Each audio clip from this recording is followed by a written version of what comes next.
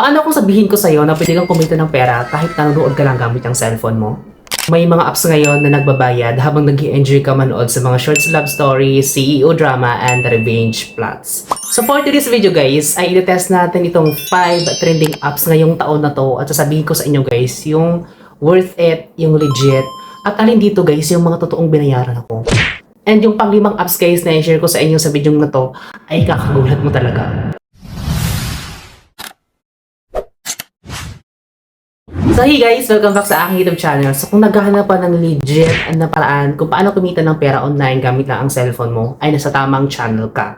Nasa tamang video ka. Pero disclaimer agad guys hindi ka yayaman dito, okay? So extra income lang talaga siya, pwede nang pang-load or pwede na din siya pandagdag sa pang-araw-araw nating gastusin, okay? Libre lang naman to guys, wala tayong lalabas na pera dito, okay? So without any further ado guys, ay start na natin. So yung number 1 earning app dito guys, sa itong si Free Reels. Ito ngayon yung pinakasikat pagdating sa mga short drama earnings app. So natry ko na siya guys. If you guys watch my previous video guys, ay totoong naka-earn talaga ako ng almost 10,000 pesos for almost 3 years. So ngayon hindi ko alam kung bakit nagkaroon ng referral system dito kay Free Reels. Which when I was started, hindi ko na-experience or hindi pa available yung referral dito. So legit si Free Reels guys kasi nga natry ko siya. And so far, I hope na makatulong din sa inyo tong app na to. So ano meron sa app na to? Pag open mo pa lang guys, ay makikita mo na agad yung mga shorts episode. Usually guys ay 1 to 2 minutes bawat clip. And paano ka kikita dito? Ay simple lang guys, manonood ka lang ng mga videos. Maglalagin ka daily at pwede ka na rin mag-invite ng mga friends, sabi ko nga kanina. And habang nanonood ka, may mga coins kang maiipon guys. And pag naabot mo na yung mga minimum withdrawal dito, ay pwede mo na siyang ma-withdraw. And kadalasan dito guys, ay Gcash lang talaga yung available. Pero real talk tayo guys medyo mabagal talaga dito kay Free Reels, yung earnings dito, kung manonood ka lang. So yung pinaka-latest nila guys dito, yung pinaka-referral daw. So hindi ko alam, sa aking account ay wala pang referral doon nakalagay. So gawin ko itong separate video kung paano nagkaroon ng referral yung mga account nyo. Kasi sa akin personally, hindi ko pa siya na-experience. Wala pa siya sa aking account. Pero nga, ayun nga, hanggang ngayon guys, ay ginagamit ko pa itong si Free Reels kasi legit pa naman siya. Patuloy pa rin yung payout ko dito. So, continue lang tayo sa paggamit ng app na to since nagbabayad pa din naman sila. So, kung hindi na, ititigil na natin. Charot. And the next app guys na legit din ay itong si Melulu or Milolo.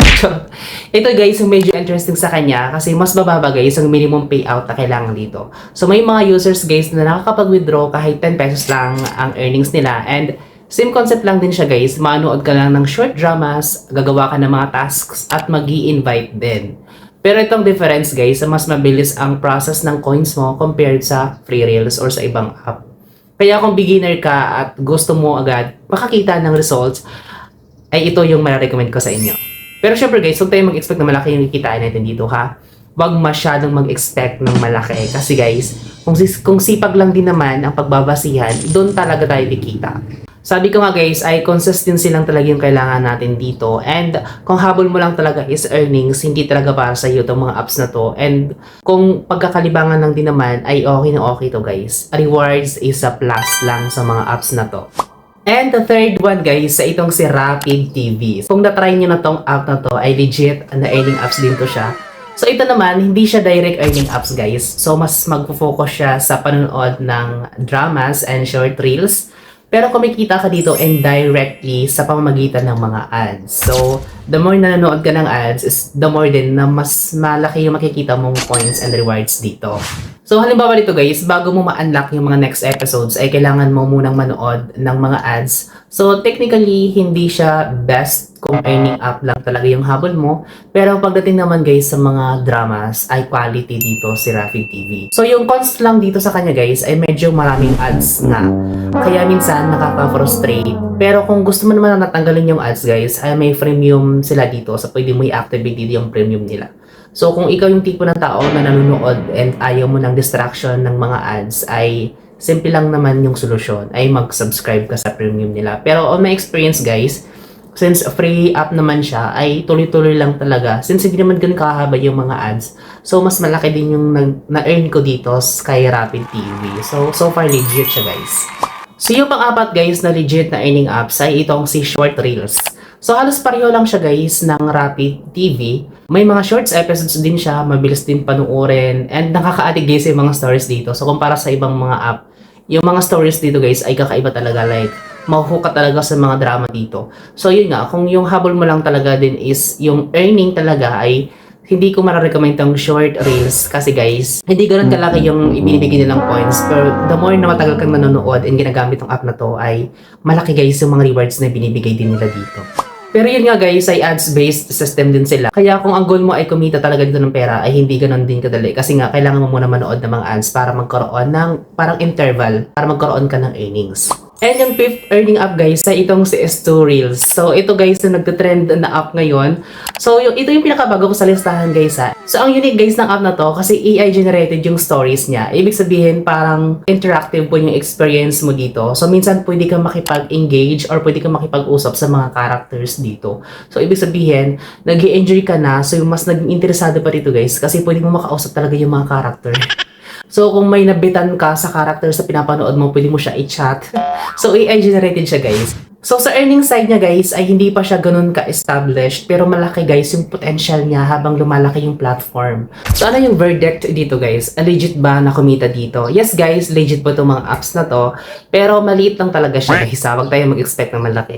So, kung panonood lang, expect mo siya 10 to 100 pesos. Depende po sa sipag mo. And kung gusto mo naman ng mas malaki, ay kailangan mong mag-focus sa referral dito. So, hindi ito kapalit ng trabaho, guys, ha. Pero okay na siya as extra income, di ba, habang nag-enjoy ka. So, ito, guys, yung tips na ibibigay ko sa inyo kung paano mas mapalaki pa yung kita nyo dito. Una, guys, ay gamitin nyo yung referral system dito. And pangalawa, ay daily consistency. And yung pangatlo, guys, ay subukan mo mag-multiple accounts or multiple apps ng sabay-sabay. So, dito talaga magkaka-difference ang earnings mo. So, yun yung guys ang ginawa ko kung bakit ako nakaka-earn dito ng malaki dito sa mga earning apps na to. Kasi guys, gumagamit ako ng multiple accounts and multiple apps din. Ginagamit ko sila ng sabay-sabay.